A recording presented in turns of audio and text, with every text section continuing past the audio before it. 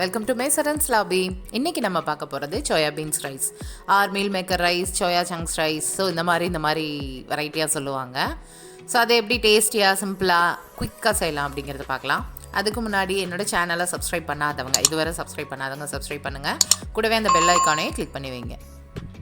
இப்போது இன்க்ரீடியன்ட்ஸ் பார்த்தலாம். அதுக்கு 1 கப் சோயாபீன்ஸ் எடுத்திருக்கேன், 3 டம்ளர் ரைஸ். நார்மலாக என்னோடய வீட்டில் நான் எடுக்கிற அளவு இந்த டம்ளரில் ஒரு 3 டம்ளர் வந்துட்டு ரைஸ் எடுத்து வாஷ் பண்ணி தண்ணியில் 1/2 அன் ஹவருக்கு முன்னாடி ஊற வச்சுருக்கேன். நெக்ஸ்ட்டு 2 மீடியம் சைஸ் ஆனியனை வந்துட்டு நீல வாக்கில் கட் பண்ணி வச்சுருக்கேன்.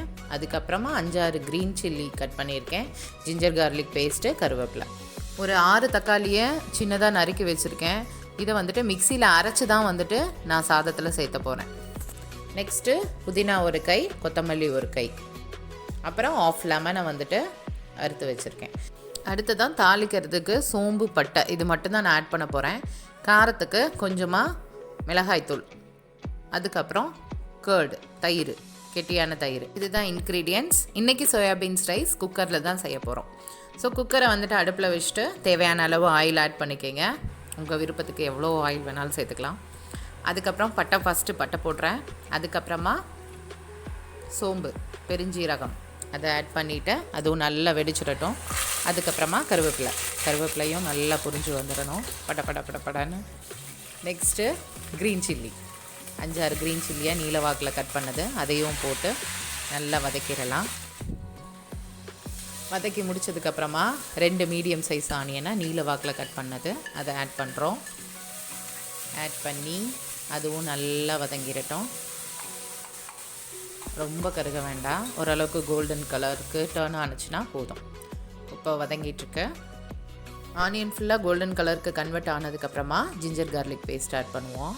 ஜிஞ்சர் கார்லிக் பேஸ்ட்டோட ரா ஸ்மெல் எல்லாம் போகிற அளவுக்கு நல்லா மிக்ஸ் பண்ணிவிடுங்க. அப்புறம் புதினா, கொத்தமல்லி தழை நம்ம எடுத்து வச்சதை அப்படியே ஃபுல்லாக போட்டுடணும். போட்டுட்டு அதையும் நல்லா வதக்கிடணும்.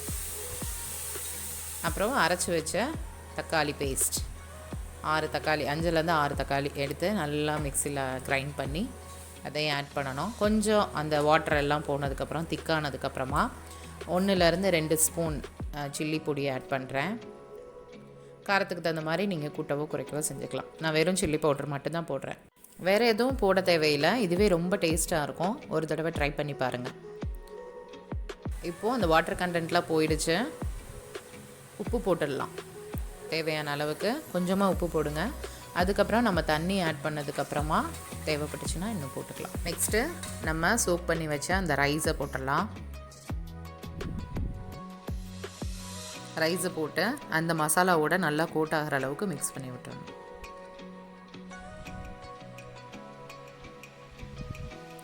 அதுக்கப்புறமா தயிர், ஒரு 4 ஸ்பூன் வந்துட்டு தயிர் ஆட் பண்ணுறேன். அதிகமாக வேண்டாம், 4 ஸ்பூன் போதும். தயிரையும் நல்லா மிக்ஸ் பண்ணிவிட்டு இந்த சோயா சங்க்ஸை வந்துட்டு ஆட் பண்ணிடலாம். சோயாபீன்ஸ் ஆட் பண்ணிவிட்டு ரைஸு, அந்த மசாலா, சோயாபீன்ஸ் எல்லாம் நல்லா மிக்ஸர் அளவுக்கு நல்லா கலந்து விட்டுட்டு அளந்து வச்ச தண்ணி ஆட் பண்ணிடலாம். அஸ் யூஷுவலாக 1 டம்ளர் ரைஸுக்கு 2 டம்ளர் தண்ணி வீதத்துக்கு அளந்து வச்சுருக்கேன். ஸோ 6 டம்ளர் தண்ணி வந்துட்டு நான் ஆட் பண்ணியிருக்கேன். ஸோ ஆட் பண்ணிவிட்டு ஃபுல்லாக நல்லா மிக்ஸ் பண்ணிவிட்டு டேஸ்ட் பார்த்துருங்க. சால்ட்டு கம்மியாக இருந்துச்சுன்னா ஆட் பண்ணிக்கோங்க. எனக்கு கொஞ்சம் சால்ட்டு கம்மியாக இருக்குது, நான் ஆட் பண்ணுறேன்.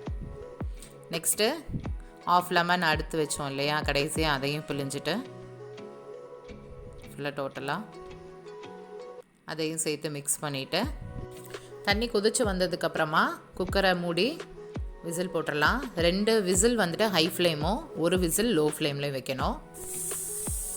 ஸோ இப்போது முடிஞ்சிருச்சு, ஓப்பன் பண்ணி பார்க்கலாம். ஸோ நம்மளோட சூப்பரான டேஸ்டியான சோயாபீன்ஸ் ரைஸ் ரெடி. இது ஒரு குட் ஆனியன் ரைத்தாவோட சூடாக சாப்பிட்றப்ப ரொம்ப அட்டகாசமாக இருக்கும். கண்டிப்பாக ஒரு தடவை ட்ரை பண்ணி பாருங்கள். இந்த வீடியோ உங்களுக்கு பிடிச்சிருந்துச்சு அப்படின்னா லைக் பண்ணுங்கள், கமெண்ட் பண்ணுங்கள், உங்கள் ஃபேமிலி அண்ட் ஃப்ரெண்ட்ஸ்க்கு வந்துட்டு மறக்காமல் ஷேர் பண்ணுங்கள். தேங்க்ஸ் ஃபார் வாட்சிங்.